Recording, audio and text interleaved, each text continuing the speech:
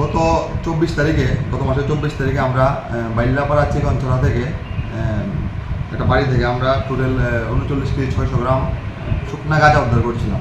এবং ওই ব্যাপারে আমরা 24 তারিখে আমাদের থানাতে একটা NDPS কেস হয়েছিল, যে কেসের নাম্বার ছিল 9/2025। ওই কেস কানেকশন যে আসামি ছিল, যে মূল আসামি নাসির উদ্দিন, সে পলাতক ছিল। আমরা ওকে ধরার জন্য বিভিন্নভাবে চেষ্টা করেছিলাম। গতকালকে রাত্রে আমরা গোপন খবরের ভিত্তিতে আমরা চিকনছড়া বাইল্লাপাড়াতে রেড করি এবং যেই ওই কেসের আসামি নাসির উদ্দিন, ওকে আমরা গতকালকে রাত্রে অ্যারেস্ট করতে সক্ষম হয়েছি।